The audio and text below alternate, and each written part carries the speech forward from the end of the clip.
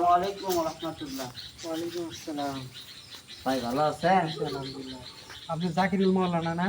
জি জি হ্যাঁ হ্যাঁ, আপনার ইউটিউবে কতগুলোই দেখছি আমি। আপনি সেই বক্তা। জি জি।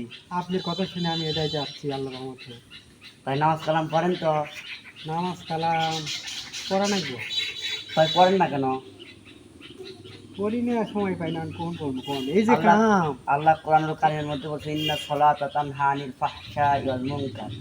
নিশ্চয় নামাজ নামাজ তোমাদেরকে কুফর থেকে ফেরায়। আপনি যদি নামাজ কালাম পড়েন তাহলে আপনি খারাপ কাজ কখনো করবেন না। সবই তো বুঝি হুজুর, কম তো। নামাজটা পড়লে ভালোই হয়, কিন্তু আমরা তো এখন খালি পড়বানি।